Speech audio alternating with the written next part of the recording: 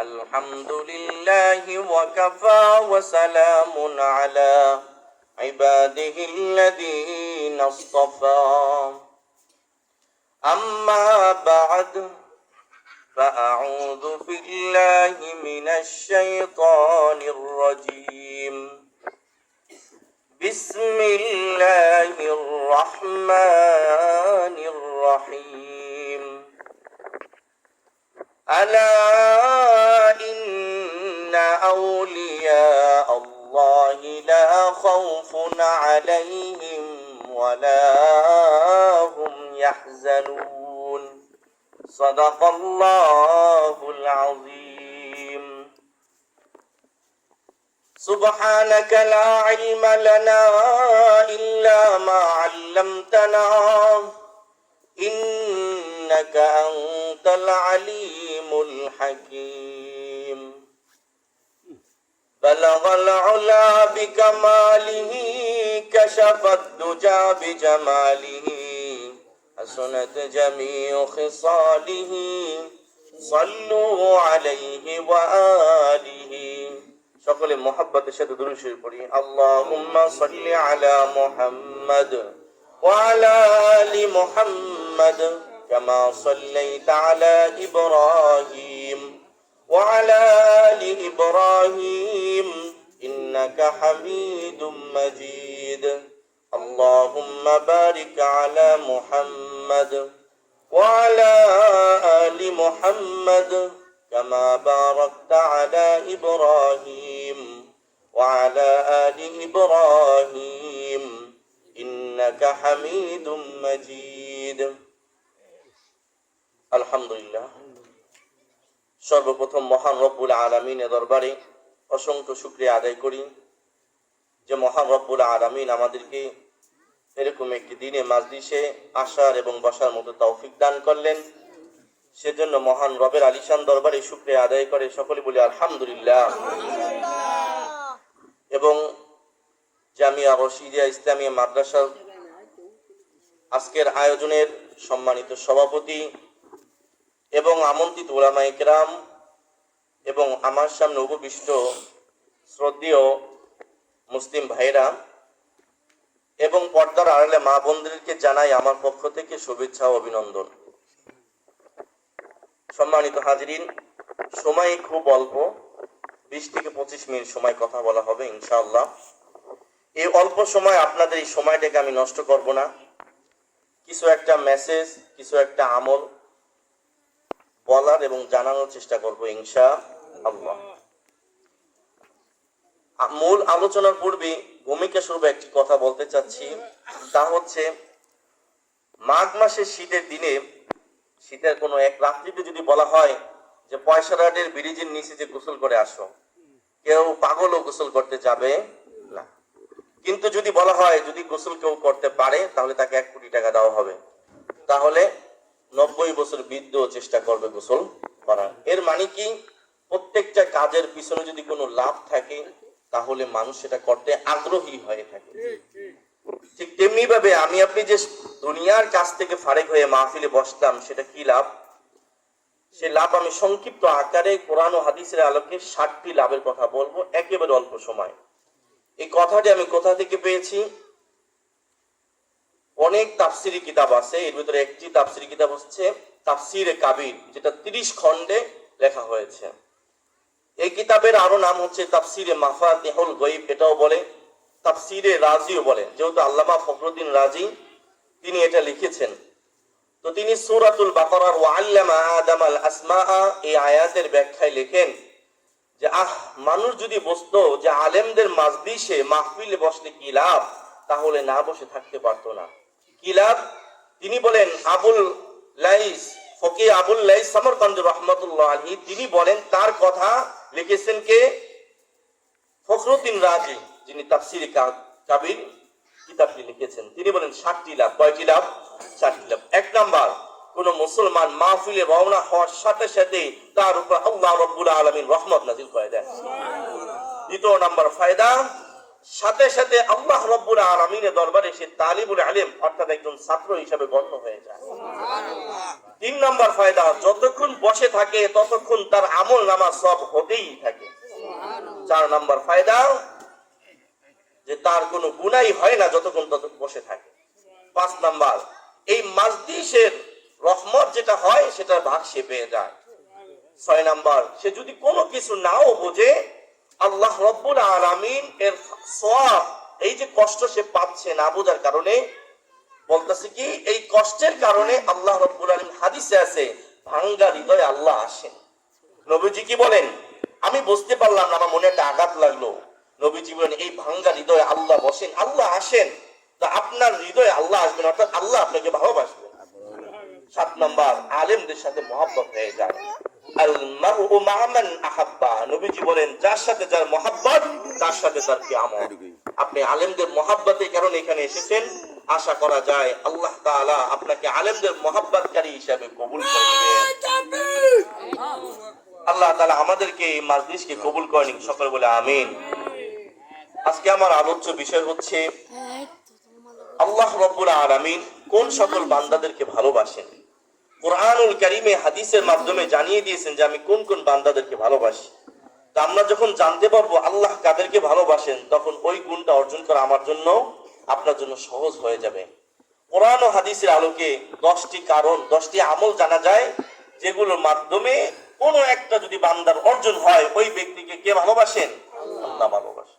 আপনাদের সম্মুখে একটি আয়াত তেলাওয়াত করেছি। কোরআন শরীফে কতটি আয়াত? আসলে এটা ভুল, আমরা বলে থাকি 6066টি আয়াত, তাই না? আসলে নির্ভরযোগ্য মত হচ্ছে 6236টি আয়াত। কত ভাই? 6236টি আয়াত। এই যে আয়াত 6236টি, এই আয়াতকে 4 ভাগে বিভক্ত করা হয়েছে। কয় ভাগে? 1 নাম্বার তাযকির বিআলা ইল্লা, কোরআনুল কারীমকে তার মূল আলোচনা যে করা হয়েছে, এই আলোচনাটাকে 4 ভাগে ভাগ করা হয়েছে। আল্লাহ রাব্বুল আলামিন কোরআনুল কারীমের কিছু অংশ আলোচনা করেছেন তার কুদরত সম্পর্কে, যেটাকে বলা হয় তাযকির বিআলা ইল্লা। 2 নম্বর তাযকির বিল মাউত, মৃত্যুর পরে মানুষ কি হবে এটা আলোচনা করেছেন, এটা হলো দ্বিতীয় বিষয়। তৃতীয় বিষয় হলো তাযকির বিআইয়ামিল্লাহ, অতীতকালের ঘটনা সম্পৃক্ত আল্লাহ আলোচনা করেছেন। 4 নম্বর মাসালা নিয়ে কমপক্ষে 500 আয়াত আল্লাহ নাজিল করেছেন। এই 6236টি আয়াত থেকে একটি আয়াত আমি তিলাওয়াত করেছি, যে আলা ইন্না আউলিয়া আল্লাহি লা খাউফুন আলাইহিম ওয়া লা হুম ইয়াহজানুন। আল্লাহ রাব্বুল আলামিন কোরআনুল মাজিদের মধ্যে বলেন, শোনো শোনো, জেনে রাখো, আলা ইন্না আউলিয়া আল্লাহ, যে ব্যক্তি আল্লাহর বন্ধু হয়ে যাবে, লা খাউফুন আলাইহিম, তার কোনো ভয়, ওয়া লা হুম ইয়াহজানুন, তার কোনো পেরেশানি বা চিন্তা নাই। আল্লাহ জানাইছেন দুনিয়াতে এমন কোন মানুষ পাওয়া যাবে না যে সে চায় না যে প্রধানমন্ত্রী তাকে ভালোবাসুক। যেমনি ভাবে আমরা প্রত্যেকটা মানুষ চাই প্রধানমন্ত্রী আমার একটু খেয়াল রাখবো, আমার সাথে সম্পর্ক হোক, ঠিক তেমনি ভাবে যে আল্লাহ তাআলার খাস বান্দা তারাও চায় আল্লাহ আমাকে ভালোবাসুক। তাই তো আল্লাহর পাগল পারা বান্দাদেরকে আল্লাহ কোরআনুল কারীমের ভিতরে জানিয়ে দিয়েছেন যে আমি এদেরকে ভালোবাসি। জানা দরকার আছে কিনা যে আল্লাহ কাদেরকে ভালোবাসেন? 1 নাম্বার, আল্লাহ রাব্বুল আলামিন তাওবাকারীকে ভালোবাসেন। কাদেরকে ভালোবাসেন? সেই কথাই আল্লাহ তাআলা সূরাতুল বাকারার ভিতরে বলে দিয়েছেন, ইন্নাল্লাহা ইউহিব্বুত তাওয়াবিনা ওয়া ইউহিব্বুল মুতাতাহহিরিন, নিশ্চয়ই আমি আল্লাহ তাওবাকারীকে ভালোবাসি এবং যারা পবিত্রতা অর্জনকারী তাদেরকেও আমি ভালোবাসি। আগের আলেম তিনি বলে গেছেন, আগের বক্তা, তাওবা করলে কি ফায়দা? তো আমি সংক্ষেপে বলতে চাই, তাওবা এমন ভাবে করতে হবে যাতে আল্লাহ কি হয়ে যায়, খুশি হয়ে যায়। আমার আপনার অভ্যাস যদি হয় তাওবা করার, ভালো কে বাসবেন? তাই তো আল্লাহ কি বলেন, ইন্নাল্লাহা ইউহিব্বুত তাওয়াবিন। যেহেতু আলোচনা এটা ইতিপূর্বে হয়েছে আমার আগে, এটা আমি বিস্তারিত করব না। আল্লাহ তাআলা পরবর্তীতে জানান আমি কাকে ভালোবাসি। আল্লাহ জানান যে মুসলমান নবীজিকে ভালোবাসবে আমিও তাকে ভালোবাসি। কি দলিল? আল্লাহ তাআলা কোরআনুল কারীমে জানিয়ে দিয়েছেন, কুল ইন কুনতুম তুহিব্বুনাল্লাহ ফাত্তাবিউনি ইউহিব্বুকুমুল্লাহু ওয়া ইয়াগফির লাকুম যুনুবাকুম। হে নবী, আপনি বলে দিন, তারা যদি আমার ভালোবাসা চায়, কার ভালোবাসা? আল্লাহর ভালোবাসা চাই। হে নবী, আপনি তাদেরকে জানিয়ে দিন, ফাত্তাবিউনি, তারা যেন আমার নবী অর্থাৎ মুহাম্মদ সাল্লাল্লাহু আলাইহি ওয়াসাল্লামকে যেন তারা ভালোবাসে। তো আমি আপনি যদি নবীজিকে ভালোবাসতে পারি, তার মানে মহান আল্লাহকে আমি ভালোবাসলাম, আল্লাহও আমাকে ভালোবাসলো। নবীজিকে ভালোবাসলে কি হবে? এর ফলাফল, এর পুরস্কার আল্লাহ আয়াতের সাথেই জানিয়ে দিলেন, ওয়া ইয়াগফির লাকুম যুনুবাকুম। মহান রব্বুল আলামিন এই বান্দাকে তার জীবনের সমস্ত গুনাহ মাফ করে দেন। একটা মানুষকে ভালোবাসতে যতটা কারণে আমরা বাসি, অর্থের কারণে, চরিত্রের কারণে, সৌন্দর্যের কারণে, বংশ ভালো হওয়ার কারণে আমরা ভালোবাসি। কেউ ভালোবাসে গুণীজন হওয়ার কারণে, কেউ ভালোবাসে শিক্ষাগত যোগ্যতার কারণে, কেউ ভালোবাসে চেহারা সুন্দর হলে। প্রতিটা গুণে যদি আপনি খেয়াল করেন, সমস্ত গুণ আমার নবীজির মধ্যে ছিল। আমার নবীজির চেহারা, চরিত্র সব দিক দিয়ে ছিল 100% সুন্দর। তাই আমার ভালো যদি বাসতেই হয়, কাকে ভালোবাসবো? নবীজিকে। নবীজিকে যদি ভালোবাসি, তার মানে আমি আল্লাহকে ভালোবাসলাম। তাহলে আল্লাহ ভালোবাসেন কয় শ্রেণী লোকদেরকে? 10 শ্রেণী। 1 নম্বর কে? তাওবাকারী। 2 নম্বর কে? যিনি নবীকে ভালোবাসেন আল্লাহও তাকে ভালোবাসেন। 3 নম্বর কি? যে ব্যক্তি পবিত্রতা অর্জনকারী, যে ব্যক্তি সব সময় সদা সর্বদা পবিত্র অবস্থায় থাকে। আল্লাহ বলেন, ওয়া ইউহিব্বুল মুতাতাহহিরিন, এরকম পবিত্রকারী বান্দাকে আমি ভালোবাসি। সেজন্য নবীজি বলেন যে বান্দা সদা সর্বদা উযু অবস্থায় থাকে, আল্লাহ রাব্বুল আলামিন একটা ফেরেশতা তার সাথে লাগাইয়ে দেন, ওই ফেরেশতা সর্বক্ষণ তার জন্য দোয়া করতে থাকে। তো তুমি যখন উযু করো, উযু করে মসজিদে প্রবেশ করো, নামাজ শুরু হয় নাই, নামাজের আগে কয়েক মিনিট অপেক্ষা করলা, ওই অপেক্ষা করছো তুমি, দেখো শুধু অপেক্ষা, কিন্তু আসলে অপেক্ষা নয়, অতটুকু সময় নামাজে গন্তব্য হবে, নামাজের নেই হয়ে যাবে এবং ফেরেশতারা তোমার সব লিখতে থাকবে। শুধু তাই নয়, কোন মুসলমান রাত্রে বেলা যদি উযু করে ঘুমায়, সারা রাত একজন ফেরেশতা তার জন্য দোয়া করতে থাকে। শুধু তাই নয়, নবীজি বলেন, কোন ব্যক্তি যদি এমন অবস্থায় মারা যায়, উযু অবস্থায়, আল্লাহর নবীজি বলেন ওই ব্যক্তি শহীদি মর্যাদা পেয়ে যাবে। উযু করতে হবে, পবিত্র থাকতে হবে। নবীজির কাছে এক সাহাবী গেলেন, ইয়া রাসূলুল্লাহ, আমি ধনী হতে চাই, আমার অনেক অভাব, অর্থ পয়সা দরকার। নবীজি অনেক আমল চাইলে দিতে পারতেন, বেশি আমল না দিয়ে একটা কথা বললেন, কি? তুমি সদা সর্বদা উযু অবস্থায় থাকবে।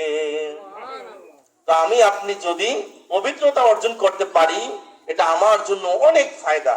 সবচেয়ে বড় ফায়দা ঈমানি মৃত্যু, শহীদি মর্যাদা এবং সদা সর্বদা ফেরেশতা আমার জন্য দোয়া করতে থাকবে। শুধু কি তাই, যখন আমি উযু করব, প্রত্যেকটা অঙ্গ থেকে গুনাহ ঝরতে থাকে। যাই হোক, সময় কম, সংক্ষেপে আমি শেষ করতে যাচ্ছি, যাতে করে সব বিষয়গুলো আমরা অল্পতে বুঝতে পারি। 4 নম্বর, কোন মুসলমানের মাঝে যদি ইনসাফ থাকে, ন্যায় বিচার থাকে, কোন মুসলমান যদি ইনসাফ করতে পারে, আল্লাহ বলেন আমি এমন ব্যক্তিকে ভালোবাসি। তাই তো আল্লাহ কোরআনুল কারীমের মধ্যে বলেন, ইন্নাল্লাহা ইউহিব্বুল মুকসিতিন। ও আমার বান্দা, শোনো শোনো শোনো, অবশ্যই আমি যারা ইনসাফ করে তাদেরকে আমি ভালোবাসি। নবীজি বলেন, ন্যায় বিচারক 3 প্রকার। কয় প্রকার? قال النبي صلى الله عليه وسلم القضاة ثلاثة, বিচারক 3 প্রকার। আল ওয়াহিদু ফিল জান্নাহ, প্রথম বিচারক জান্নাতি। মানে কি? যে কোরআন অনুযায়ী ফয়সালা করলো, এরকম বিচারক জান্নাতে যাবে। দ্বিতীয় নম্বর বিচারক শর্ত জানলো কিন্তু মন মতো ফয়সালা করলো, নবীজি বলেন এই ব্যক্তি জাহান্নামে চলে যাবে। 3 নম্বর শর্ত জানলো না, মন মতো ফয়সালা দিল, এমন ব্যক্তিও সে জাহান্নামে চলে যাবে। ইনসাফ করতে হবে না জুলুম করতে হবে? ইনসাফ মানে কি? ন্যায় বিচার মানে কি? যার যতটুকু পাওনা তার ততটুকু পাওনা সম্পূর্ণভাবে পরিশোধ করা। আমার কাছে ইমামের পাওনা আছে, আমার কাছে মা বাবার পাওনা আছে, আমার কাছে সন্তানের পাওনা আছে, আমার কাছে পশু পাখিদের পাওনা আছে, সবাই আমার কাছে পাওনা আছে। যে যেটা পায় তার হক আদায় করাকে ইনসাফ বলে। তার হক আদায় করাকে নবীজি সাল্লাল্লাহু আলাইহি ওয়াসাল্লাম সাহাবায়ে কিরামদের কিনে কাতা সোজা করছিলেন যুদ্ধে যাওয়ার জন্য। কোথায় ভাই? যুদ্ধে যাওয়ার জন্য। কোন যুদ্ধে? বদর যুদ্ধে। এমন সময় নবীজি বললেন, ও সাহাবায়ে কিরামগণ, তোমরা শোনো, আমি যদি কারো মনে আঘাত দিয়ে থাকি, কষ্ট দিয়ে থাকি, আমাকে বলো, আমি তোমার কাছে সরি বলবো। তাও তুমি পরকালে মাওলার কাছে যাইয়া বিচার দিও না। এক ব্যক্তি, এক সাহাবী এসে বলেন, ইয়া রাসূলুল্লাহ, আমার একটা বিচার আছে আপনার নামে। কি বিচার? আপনি এই যে ময়দানে সারিবদ্ধ হচ্ছে, আপনি আমার চাকু দিয়ে আমাকে গুতা দিয়েছেন। আসলে নবীজি গুতা দেন নাই। অনেক মানুষ দেখবেন যাদের মানে ভুঁড়ি আছে, কাতারে দাঁড়াইলে ভুঁড়িটা বের হয়ে থাকে, তখন মনে হয় কাতারটা সে সোজা হয়ে দাঁড়ায়। আসলে সোজা হয়ে দাঁড়িয়েছেন, কিন্তু আসলে বাহ্যিক ভাবে দেখা যায় কাতার বাঁকা। তো ওই নবীজি ভুঁড়ি বরাবর চাকু দিয়ে একটু হালকা টাচ করছেন, গুতা না, টাচ। তুমি একটু পিছনে যাও, কাতারটাকে সোজা করো, এটা করেছেন। ওই সাহাবী কি বললেন, আপনি আমাকে গুতা দিয়েছেন, আমি প্রতিশোধ দিতে চাই। নাউজুবিল্লাহ। কিন্তু আমার নবীজি আপনার আমার মতো নয়, তিনি তো ইনসাফ করা মানুষ, তিনি জুলুম করতে পারেন না। নবীজি বলেন, ঠিক আছে ঠিক আছে, ও সাহাবী, তুমি তোমার প্রতিশোধ তুমি নিয়ে যাও। তা আমি প্রতিশোধ নিব কখন? যখন আমি ছিলাম খালি গায়ে, আপনার জামা খুলতে হবে। আমি রাজি আছি, কোনো সমস্যা নাই। দয়ার নবী, মায়ার নবী মুহাম্মাদুর রাসূলুল্লাহ সাল্লাল্লাহু আলাইহি ওয়াসাল্লাম সাথে সাথে জামা খুলে ফেললেন। ওই সাহাবী সামনে এসে সবাই হতভম্ব, হাই হাই, এরকম একজন নবীর কাছ থেকে নাকি প্রতিশোধ নিতে পারে, এটা কি সম্ভব? কল্পনার বাহিরে। সব সাহাবী কিং কর্তব্য বিমূঢ় হয়ে অবাক দৃষ্টিতে, হতভম্ব হয়ে তাকে দৃষ্টিতে দেখতেছিলেন। সাহাবায়ে কেরাম ওই সাহাবী সামনে আসতেছিলেন, হঠাৎ করে প্রতিশোধ না নিয়ে নবীজিকে জড়াইয়া ধরলেন। ওই সাহাবী বলেন, ইয়া রাসূলুল্লাহ, কিছুক্ষণ পরে বদরের যুদ্ধে যাব, না জানি এই দেখাটাই আমার শেষ দেখা হয় কিনা। সেজন্য ভাবলাম শেষবারের জন্য হলো আপনার দেহ মোবারকের সাথে আমার দেহ মোবারক, আমার দেহটা যদি লাগাইতে পারি, আমি একটু নিজেকে কল্যাণ মনে করব, ভাগ্যবান মনে করব। সেজন্য এত বাহানা করলাম শুধুমাত্র আপনাকে ধরার জন্য। যাই হোক, হাদিসটি বললাম যে নবীজি কারো প্রতি বিন্দু মাত্র জুলুম করতেন না। যাই হোক, ইনসাফের কথা বিস্তারিত বললে সময় শেষ হয়ে যাবে, অল্প সময় আছে। এই হলো 4 নম্বর। 5 নম্বর কি? যে মুসলমান আল্লাহকে ভালোবাসে, যে মুসলমান আল্লাহর উপরে ভরসা করে, আল্লাহ বলেন এমন ভরসাকারীকেও আমি ভালোবাসি। কারে? যে ব্যক্তি আল্লাহর উপর ভরসা করে, এই ব্যক্তিকে কে ভালোবাসেন? আল্লাহ তাআলা কোরআনুল কারীমে জানান, ফাবিমা রাহমাত ফাইদা আযামতা ফাতাওয়াক্কাল আলাল্লাহ। আল্লাহ তাআলা তার নবীজিকে বলেন, আপনি যখন কোনো কাজের বিষয়ে দৃঢ় হন যে আমি এই কাজটা করবই, তখন আপনি বলেন ফাতাওয়াক্কাল আলাল্লাহ, আমি আল্লাহর উপর ভরসা করলাম। আল্লাহ আয়াতে শেষে বলেন, ইন্নাল্লাহা ইউহিব্বুল মুতাওয়াক্কিলিন, আমি এরকম ভরসাকারীকেই ভালোবাসি। সব সময় ভরসা করব কার উপর? যার কেউ নাই তার কে আছে? আর যার সব আছে তারও কে আছে? আল্লাহ আছে। সেজন্য সব সময় সব বিষয়ের উপর কখন কার উপর ভরসা করব? আল্লাহর উপরে ভরসা করব। ইয়ামান থেকে 300 জন মানুষ আসছে মুসলমান হওয়ার জন্য নবীজির কাছে। 300 জন মানুষ মুসলমান হলেন। মুসলমান হওয়ার পরে পাশের এক এলাকায় যে বসবাস শুরু করলেন। একদিন তাদের খাবার নাই, দুপুরের খাবার আনতে নিয়ে আসতে সময় হয়ে যাবে রাত, কি করবে? সাহাবায়ে কেরাম পরামর্শ করলেন, যাও নবীজির কাছে যায় বলো দুপুরে খাবার ব্যবস্থা করার জন্য। দুপুরে খাবারের যদি ব্যবস্থা না হয়, বৃদ্ধ নারী, বৃদ্ধ যারা আছেন, ছোট ছোট শিশুরা, তাদের কষ্ট হবে। এই কথা বলে আব্দুল্লাহ আশআস রাদিয়াল্লাহু আনহু নবীজির কাছে গেলেন। কিসের জন্য ভাই? খাবারের জন্য। নবীজির কাছে যখন গেলেন, মসজিদে নববীতে নবীজি বসা ছিলেন আর কুরআনুল কারীম তেলাওয়াত করতেছিলেন। কোন কথা নবীজি তেলাওয়াত করলেন? 12 নম্বর পরে প্রথম নম্বর আয়াত তেলাওয়াত করতেছিলেন, ওয়া মা মিন দাব্বাতিন ফিল আরদি ইল্লা আলাল্লাহি রিজকুহা। আল্লাহ, এই আয়াতের অর্থ হচ্ছে যে দুনিয়াতে এমন কোন প্রাণী নাই যার রিজিকের দায়িত্ব আল্লাহ নেন নাই। এই আয়াত যখন ওই সাহাবী শুনলেন, কোন সাহাবী? আব্দুল্লাহ আশআস রাদিয়াল্লাহু আনহু, বলেন নবীজির কাছে চাবো না, কার কাছে চাবো? আল্লাহর উপর তাওয়াক্কুল করে চলে গেলেন, নবীজির কাছে বলেন নাই খাবারের কথা। ও আল্লাহ, আপনার উপর তাওয়াক্কুল করলাম, আজকে দুপুরের খাবারের ব্যবস্থা মাওলা আপনি কইরা দিয়েন। এই কথা বলে সাহাবীদের কাছে চলে গেলেন। তুমি কি নবীজিকে জানাইছো? তুমি কি খাবারের কথা জানাইছো? হ্যাঁ, যাকে জানানো দরকার তাকে আমি জানাইয়া দিয়েছি। সকাল পার হয়ে দুপুর হয়ে যায়, খানা আসে না। একটা অবস্থায় দেখে দুইজন অপরিচিত লোক খানা দিয়ে গেল। সবাই খুব তৃপ্তি সহকারে খাবার খেলো। খাবার যখন শেষ হয়ে গেল, সাহাবায়ে কেরাম পরামর্শ বলেন, যাও ডেকগুলো নবীজির কাছে দিয়ে আসো। নবীজির কাছে ডেক দিয়ে আসতে গেছে। নবীজি বলেন, এই ডেক কোথা থেকে পেলে? আপনি না দিয়েছেন? না না, এই ডেক তো আমি দেই নাই। ডাকটা আব্দুল্লাহ আশআসকে। আব্দুল্লাহ রাদিয়াল্লাহু আনহু গেলেন, বলেন, হে আব্দুল্লাহ আশআস, কি ব্যাপার? এই খাবার কেমনি কি হলো? ইয়া রাসূলুল্লাহ, ঘটনা তো এইটা, আপনার কাছে আসছিলাম, আপনি এই আয়াত তেলাওয়াত করতেছিলেন, তখন আমি আল্লাহর উপর তাওয়াক্কুল করলাম, আর আল্লাহ রাব্বুল আলামিন সাথে সাথে দুইজন ফেরেশতার মাধ্যমে 300 জন মানুষের খাবারের ব্যবস্থা করে দিলেন। তাহলে তাওয়াক্কুল করতে হবে ভাই কার উপরে? আল্লাহর উপরে। 6 নাম্বার, ওই মানুষকে আল্লাহ ভালোবাসেন যে ব্যক্তি আল্লাহকে ভয় করে। যে ব্যক্তি আল্লাহকে ভয় করে, এই ব্যক্তিকে আল্লাহ কি করেন? ভালোবাসেন। আল্লাহ তাআলা কুরআনুল কারীমের মধ্যে বলেন, ইন্নাল্লাহা ইউহিব্বুল মুত্তাকিন, আমি যারা তাকওয়া করে, আল্লাহকে ভয় করে, আমি তাদেরকে কি করি? ভালোবাসি। সময় আছে 2 মিনিট, সেজন্য আমি প্রত্যেকটা শুধু শিরোনাম হিসেবে বলে যাচ্ছি, ব্যাখ্যা করার সময় নেই। 7 নাম্বার, সৎকর্মশীল, যারা সৎ কাজ করে আল্লাহ তাদেরকে ভালোবাসেন। তাদেরকে সৎকর্ম যারা করে, সেটাও আল্লাহ তাআলা 4 নাম্বার পারা 4 নাম্বার পৃষ্ঠার মধ্যে বলেন, আল্লাযীনা ইউনফিকুনা ফিস সাররাই ওয়াদ-দাররাই ওয়াল কাযিমিনাল গায়যা ওয়াল আফিনা আনিন নাস ওয়াল্লাহু ইউহিব্বুল মুহসিনিন। যারা মুহসিন বান্দা, সৎকর্মশীল, এমন বান্দাদেরকে আমি ভালোবাসি। তার মানে যারা নেক কাজ করবে তাদের কি করেন? আল্লাহ ভালোবাসেন। আমরা নেক কাজ করি নাকি করি না? বেশিরভাগ মানুষই নেক কাজ করি না। আর নেক কাজ করলে কি হবে?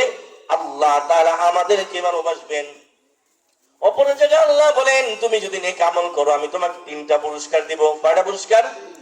1 নাম্বার, আল্লাহ বলেন, ওয়া'আদাল্লাহুল লাযীনা আমানু ওয়া আমিলুস সালিহাত। তোমরা যদি 2টা কাজ করো, কয়টা কাজ? একটা, আমানু, ঈমান আনো, ওয়া আমিলুস সালিহাত, নেক কাজ করো, 3টা পুরস্কার। একটা তো আল্লাহ ভালোবাসবেন, আছেই, এর সাথে আরো 3টা। 1 নম্বর কি? লা ইয়াস্তাখলিফান্নাহুম ফিল আরদ, মুসলমানদের হাতে আমি ক্ষমতা দিয়ে দিব। মুসলমানদের হাতে কি ক্ষমতা আছে? নাই। এর কারণ কি? নেক আমল ছেড়ে দিয়েছে। বর্তমানে দেশে, পুরো পৃথিবীর ভিতরে আল্লাহর হুকুম চলে না, মানুষের হুকুম চলতেছে। মানুষের হুকুম বলতো যেটা আমরা ভোট দিই, গণতন্ত্র, সেটা হলো মানুষের বানানো। আর খেলাফত যেটা আলেমরা বলে, সেটাই হলো কি? আল্লাহর